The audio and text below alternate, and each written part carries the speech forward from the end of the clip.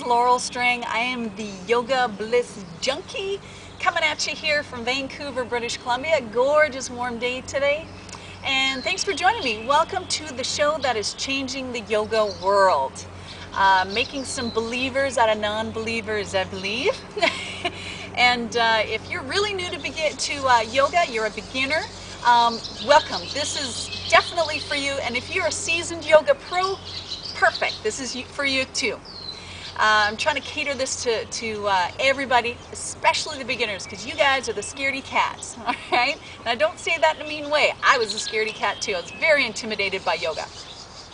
Okay, so today, before we get started, before you start any fitness or yoga program, please consult your physician, blah, blah, blah, blah, blah. Okay, so what we're going to do today is plank, or sometimes it's called kabaka. Not very often, but sometimes. Now, before you people who have weak wrists, click on your computer to switch to the next screen, keep your pantyhose on, okay? I'm going to give you a modification that will take all of the weight off of your wrists. And plank puts a lot of weight on your wrists, okay? If your wrists are just a little bit weak, plank is a great exercise for you because it's going to strengthen your wrists, okay? It's going to strengthen your wrists, your arms, shoulders, your back, abdomen. Ooh, did you hear that? Or did you see the bird that just flew right over? It almost smashed right into the camera. It's kind of cool.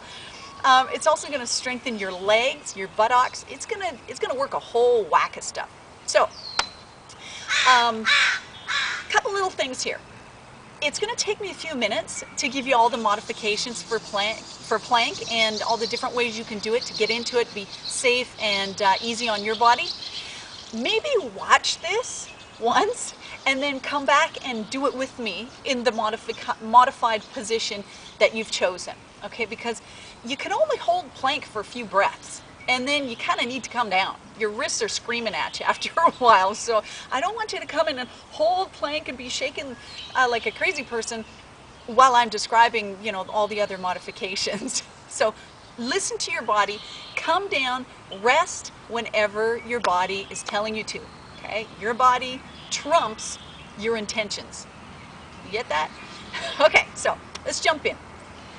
One thing is, a lot of people do down dog as a modification for plank. I don't want to see that. Not that I can see you, but I see that all the time.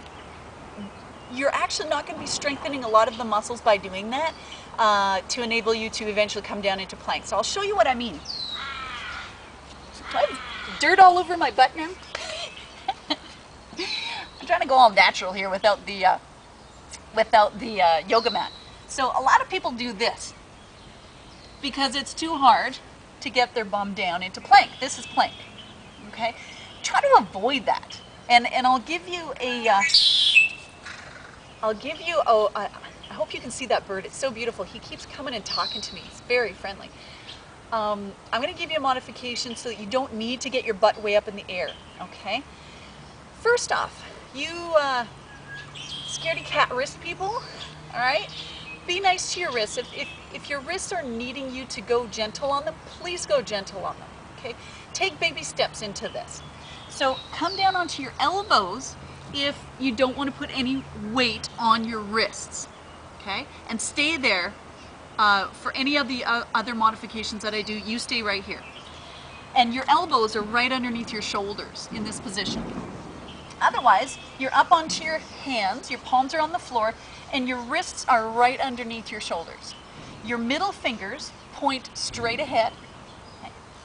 You pull your shoulders away from your ears, sort of like you're putting your shoulder blades into your back pockets. Unshrug your shoulders. Okay.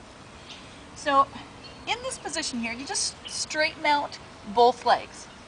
Now, if your back is saying, oh man, there's no way I can do that, don't lift up. Yes, that'll be easier, but don't do that. What you do is you lower your knees down, okay? If you had a tail, it would be tucking between your legs, so you'd be, if you look down, you'd be able to see your tail. It's like tucked between your legs, okay?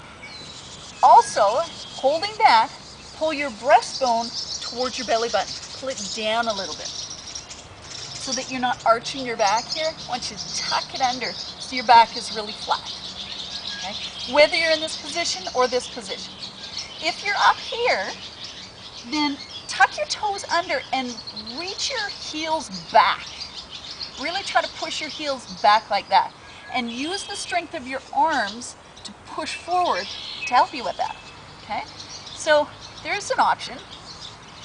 You can kick it up quite a huge notch by doing side plank, or what's called Vasisthasana. It's like, I gotta come down for a second because I'm gonna start laughing. Vasisthasana to me sounds very German. It's like Vasistas, you know, that I don't think side plank has anything to do with the German speaking language, but you know, it's just what it makes me think of. So side plank, if you want, lift one hand up, and if your feet are hip width apart, just roll over onto the sides of your feet and extend your arm up. Looking down or straight forward or up. Up is a little harder to balance though, just to let you know. And another option is to stack your feet on top of each other. As you can see, it's a little hard to balance. Go ahead. Go ahead, sir. Break, huh? I'm doing this on a public bridge, so I have to accommodate people here. So in this position, you can stack your feet if you like. You can also lift that knee up and put your foot into your leg, kind of like tree pose. Okay? And don't look around like I am doing this, because as you can see, it wrecks your balance. Okay? And of course, you come to the other side. Now it's really common to sag in the middle here. Stay up. Keep your shoulders away from your ears. And come down whenever you need to. Another option, if being on the floor is just a little bit too much intensity for you, and you want to really take it easy on your knees or on your wrists, then find a table, maybe. Something that you can prop yourself up on and straighten out that way. And got moss and stuff all over me now.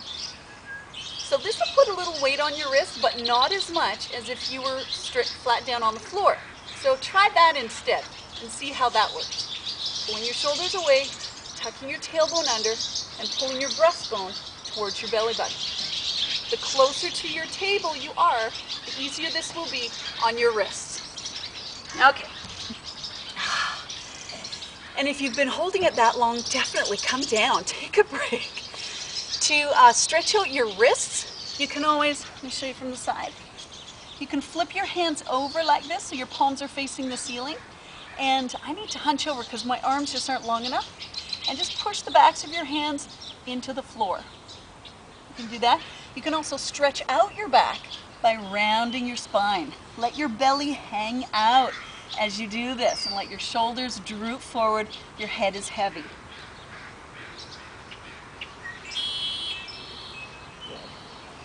Your back does a lot of work in plank, so it's a really great idea to stretch that one out. Okay, so as you go about your day today, I invite you to consider this. When you were born, you were perfect in every way. Okay?